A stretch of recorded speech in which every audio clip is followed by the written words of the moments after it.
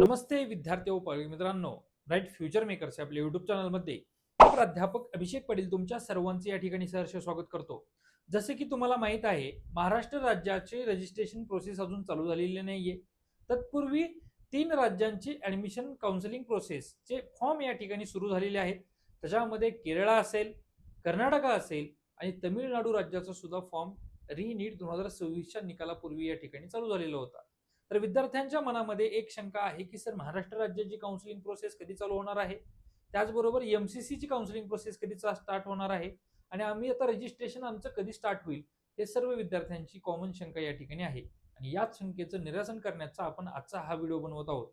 चॅनलला जर नवीन असाल तर अशाच माहितीपूर्वक गोष्टीसाठी ब्राईट फ्युचर मेकर्स आपल्या युट्यूब चॅनलला तुम्ही सर्व विद्यार्थ्यांनी या ठिकाणी सबस्क्राईब करायचं आहे, जेणेकरून तुम्हाला लेटेस्ट अपडेटेड आणि जेवढी काही जेन्युइन माहिती आहे ती सर्व माहिती या ठिकाणी पाहता येईल. सुरुवातीला आजचा व्हिडिओ सर्व विद्यार्थ्यांनी शेवटपर्यंत बघायचा आहे. आजच्या व्हिडिओमध्ये तुम्हाला महाराष्ट्र राज्यातील काही कॉलेजेस जे डीम विद्यापीठामध्ये कन्वर्ट होणार आहेत याची सुद्धा तुम्हाला माहिती मिळणार आहे. त्याचबरोबर सीईटी सेलचा किंवा महाराष्ट्र शासनाचा जो काही निर्णय झालेला आहे मॅनेजमेंट कोट्या बाबतीतला, त्याचीही माहिती तुम्हाला आजच्या या व्हिडिओमध्ये मिळणार आहे. आणि आपले महाराष्ट्र राज्याचे काउन्सिलिंगचे फॉर्म कधी स्टार्ट होतील याची माहिती सुद्धा तुम्हाला आजच्या या व्हिडिओमध्ये बघायला मिळणार आहे. त्यामुळे सर्व विद्यार्थ्यांनी शेवटपर्यंत आजचा व्हिडिओ बघायचा आहे. तत्पूर्वी ज्या विद्यार्थ्यांनी अजूनपर्यंत आमच्या पेड काउन्सिलिंगमध्ये सहभाग नोंदवला नसेल, अशा विद्यार्थ्यांनी आमच्या पेड काउन्सिलिंगमध्ये सहभाग नोंदवायचा आहे. आणि पेड काउन्सिलिंगमध्ये सहभाग नोंदवण्यासाठी स्क्रीनवर दिलेल्या नंबरवर तुम्ही आम्हाला संपर्क करू शकता.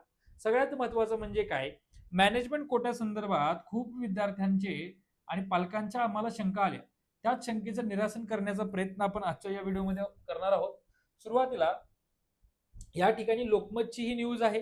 सर्व विद्यार्थ्यांनी आणि पालकांनी बघितली असेल, सर्व काउन्सिलर लोकांनी पण तुमच्यापर्यंत ही न्यूज शेअर करण्याचा प्रयत्न केला.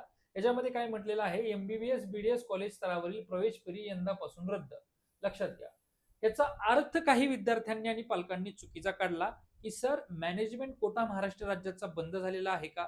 तर मॅनेजमेंट कोटा महाराष्ट्र राज्याचा बंद झालेला नाही बाळांनो, लक्षात घ्या. परंतु जे इन्स्टिट्यूट लेवलचे जे काही स्पॉट राऊंड होत होते, ज्या काही सीट शिल्लक राहत होत्या मॅनेजमेंट कोट्याचे असतील किंवा स्टेट कोट्याचे असतील, त्या सीईटी सेल मार्फत ऑनलाईन पद्धतीनं राऊंड न घेता काही कॉलेजेस काय करायचे, त्यांच्या लेवलवर इन्स्टिट्यूट लेवल स्पॉट राऊंड या ठिकाणी घेत होते. आणि ते राऊंड घेत असताना काही पारदर्शक पद्धतीनं काही कॉलेजेसमध्ये राऊंड चालायचे, काही कॉलेजेसमध्ये पारदर्शक पद्धतीनं राऊंड चालत नसायचे. त्यामुळे सीईटी सेलनं आणि महाराष्ट्र शासनानं हा निर्णय घेतलेला आहे की संस्था स्तरावरील इन्स्टिट्यूट स्तरावरील जे काही स्पॉट राऊंड होणार आहेत ते स्पॉट राऊंड या ठिकाणी बंद करण्यात आलेले आहेत. मॅनेजमेंट कोटा जो आहे, जो 15% म्हणजे जो काही मॅनेजमेंट कोटा असेल, तो मॅनेजमेंट कोटा ऑनलाईन पद्धतीनं ऑनलाईन मेरिट प्रमाणे चालू आहे. त्यामुळे कोणत्याही पालकांनी आणि विद्यार्थ्यांनी ज्यांना मार्क्स कमी येत असतील अशा पालकांनी आणि विद्यार्थ्यांनी या ठिकाणी घाबरून जायचं नाहीये. मॅनेजमेंट कोटा बंद झालेला नाहीये. दुसरा महत्वाचा मुद्दा काय की एमसीसीच्या मिळालेल्या सूत्रांच्या माहितीनुसार महाराष्ट्र राज्यातील 3 प्रायव्हेट कॉलेजेसने डीम विद्यापीठामध्ये, डीम युनिव्हर्सिटीमध्ये कन्वर्ट करण्यासाठी अर्ज केलेले आहेत. आणि या विद्यापीठा म्हणजे या कॉलेजेसना डीम विद्यापीठांचा दर्जा या ठिकाणी मिळू शकतो. जर असं झालं तर महाराष्ट्र राज्य सीईटी सेलमध्ये किंवा एमएचयू महाराष्ट्र हेल्थ युनिव्हर्सिटी नाशिकच्या अंडर असलेल्या या 3 कॉलेजेसमधले जवळजवळ साधारणतः 400 सीट कमी होण्याचे चान्सेस आहेत. हे कॉलेजेस कोणते आहेत याचीही माहिती तुम्हाला मी पुढे देणार आहे, परंतु याची अजून ऑफिशियल पुष्टी झालेली नाहीये, ही सगळ्या विद्यार्थ्यांनी लक्षात घ्यावी. हा आपल्याला मिळालेल्या माहितीनुसारचा आपण प्रिडिक्शन केलेला आहे. त्याच्यामध्ये सगळ्यात पहिलं जे आहे ते एसएमबीटी कॉलेज नाशिक. या एसएमबीटीनं ह्या कॉलेजनं सुद्धा काय केलेलं आहे, एमबीबीएस कॉलेज महाराष्ट्र स्टेट मधून ते स्टेट कॉलेज पासून ते डीम युनिव्हर्सिटीमध्ये त्यांनी ऍप्लिकेशन केलेलं आहे. त्यांना डीम विद्यापीठाचा दर्जा ह्या वर्षापासून मिळू शकतो. त्यामुळे एसएमबीटी कॉलेज नाशिक हे कॉलेज सुद्धा, आणि या कॉलेजचा जो काही सीट इंटेक आहे एसएमबीटीचा, तो साधारणतः 150 सीट आहे बाळांनो, लक्षात घ्या. तर 150 सीट काय होऊ शकतात, पुढे जाऊन डीम म्हणजे एमसीसी काउन्सिलिंग मध्ये हे कॉलेजेस ऍड होऊ शकतात. लक्षात घ्या, म्हणजे स्टेट काउन्सिलिंग मधून एमसीसी काउन्सिलिंग मध्ये. दुसरे जे कॉलेज आहे ते दुसरं कॉलेज आहे ते म्हणजे केजे सोमय्या मेडिकल कॉलेज जे आहे मुंबईचं प्रायव्हेटचं, ते केजे सोमय्या कॉलेज सुद्धा डीम विद्यापीठाचा दर्जा या कॉलेजला सुद्धा मिळू शकतो आणि हे कॉलेज सुद्धा महाराष्ट्र सीईटी सेल मधून एमसीसी काउन्सिलिंग प्रोसेसमध्ये जाण्याची दाट शक्यता आहे. या कॉलेजेसमध्ये सुद्धा साधारणतः 100 सीट आहे, लक्षात घ्या. तर 100 सीट असलेले हे कॉलेजेस सुद्धा केजी सोमय्या हे डीम विद्यापीठामध्ये कन्वर्ट होऊ शकतं. आणि तिसरं कॉलेज जे आहे बाळांनो, ते म्हणजे हे रत्नागिरीचं जे काही प्रायव्हेट मेडिकल कॉलेज आहे, रत्नागिरीचं जे काही प्रायव्हेट मेडिकल कॉलेज आहे, वाळवळकर मेडिकल कॉलेज जे आहे, ह्या कॉलेजला सुद्धा डीमचा दर्जा मिळू शकतो. या कॉलेजमध्ये सुद्धा साधारणतः 150 सीट्स आहेत. यांचं सुद्धा ऍप्लिकेशन एमसीसी मध्ये आहे. त्यामुळे हे सुद्धा कॉलेज पुढे जाऊन डीम विद्यापीठामध्ये याचं सुद्धा कन्व्हर्जन या ठिकाणी होऊ शकतो.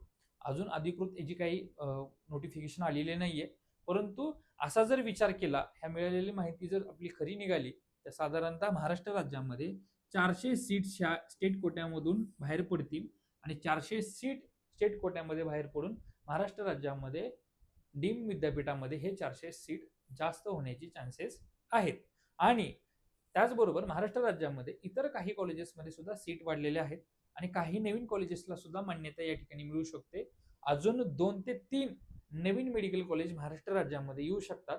त्यामुळे या सीटची भरपाई सुद्धा स्टेट कोट्यामध्ये होण्याचे चान्सेस आहेत. आता तिसरा महत्वाचा मुद्दा जो काय आहे, की महाराष्ट्र राज्याची काउन्सिलिंग प्रोसेस आता सर कधी चालू होणार आहे, तर ती तुम्हाला मी थोडक्यामध्ये सांगणार आहे. महाराष्ट्र राज्याची जी काही काउन्सिलिंग प्रोसेस स्टार्ट होणार आहे ती एमसीसी काउन्सिलिंग नंतर चालू होते. त्यामुळे एमसीसीची जी काही काउन्सिलिंग प्रोसेसचे राऊंड आहेत ते आपल्याला मिळालेल्या माहितीनुसार साधारणतः 1 तारखेपासून म्हणजे 1 ऑगस्ट पासून काय होऊ शकतात, एमसीसी काउन्सिलिंग स्टार्ट होऊ शकते. 1 ऑगस्ट जो आहे तो प्रोबॅबिलिटी डेट आहे. 1 ऑगस्ट पासून हे एमसीसीचे राऊंड म्हणजे एमसीसीचे रजिस्ट्रेशन चालू होऊ शकतात आणि महाराष्ट्र राज्याची एमसीसीची काउन्सिलिंग स्टार्ट झाल्यापासून साधारण ते 8 ते 10 दिवसामध्ये महाराष्ट्र राज्याचे फॉर्म चालू होतात. त्यामुळे एक सांगायचं झालं तर एक 8 ते 10 ऑगस्टच्या आसपास महाराष्ट्र राज्याचे रजिस्ट्रेशन चालू होऊ शकतात. त्यामुळे विद्यार्थी आणि पालकांनी एक गोष्ट लक्षात घ्यायची आहे की 8 ते 10 ऑगस्ट पर्यंत तुम्हाला काय होऊ शकतं, महाराष्ट्र राज्याचे फॉर्म या ठिकाणी चालू होऊ शकतात. एमसीसीचे काउन्सिलिंग हे साधारणतः 1 ऑगस्टच्या आसपास स्टार्ट होऊ शकते. त्यामुळे सर्व विद्यार्थ्यांनी त्यांचे जे काही डॉक्युमेंट्स असतील ते सर्व डॉक्युमेंट्स या ठिकाणी व्हेरीफाय करून घ्यायचे आहेत. ज्या विद्यार्थ्यांनी सेंट्रल कास्ट सर्टिफिकेट काढले नसेल अशा विद्यार्थ्यांनी सेंट्रलचे सुद्धा कास्ट सर्टिफिकेट या ठिकाणी काढून घ्यायचे आहेत. सेंट्रलचे कास्ट सर्टिफिकेट SC ST आणि ओबीसी मधले जे काही इतर प्रवर्ग आहेत त्याच्यामध्ये NT1 NT2 NT3 VG SBC आणि ओबीसी महाराष्ट्र राज्यातील यांना सेंट्रलचं ओबीसी सर्टिफिकेट काढावं लागतं. तुम्ही हे सेंट्रल सर्टिफिकेट काढायचं आहे ते एमसीसी काउन्सिलिंगसाठी लागतं. आणि महाराष्ट्र राज्यामध्ये तुमच्या कॅटेगरीची तुमच्याकडे कास्ट व्हॅलिडिटी सर्टिफिकेट आहे का नाही या सर्व कॅटेगरीतील विद्यार्थ्यांनी बघून घ्यायचं आहे, जेणेकरून तुम्हाला महाराष्ट्र स्टेट काउन्सिलिंग प्रोसेस किंवा एमसीसी मध्ये कोणतीही प्रॉब्लेम तुम्हाला या ठिकाणी येणार नाही. मी प्राध्यापक अभिषेक पाटील. आजचा हा आपला predicted expected date of the Maharashtra state CET registration हा व्हिडिओ तुम्हाला आवडला आहे असं मी कन्सिडर करतो. त्याचबरोबर ह्या जे 3 कॉलेज डीममध्ये जाणार आहेत याची सुद्धा एक्स्ट्रा माहिती मी तुम्हाला देण्याचा प्रयत्न केला. नक्कीच जर असं झालं तर 400 सीट्स डीममध्ये वाढू शकतात आणि जे काही मॅनेजमेंट कोटा आहे तो मॅनेजमेंट कोटा हा रद्द झालेला नसून तो ऑनलाईन मेरिट स्वरूपात झालेला आहे. याची माहिती तुम्हाला आजच्या या व्हिडिओमध्ये मिळाली असं मी या ठिकाणी कन्सिडर करतो आणि थांबतो. जय हिंद, जय महाराष्ट्र.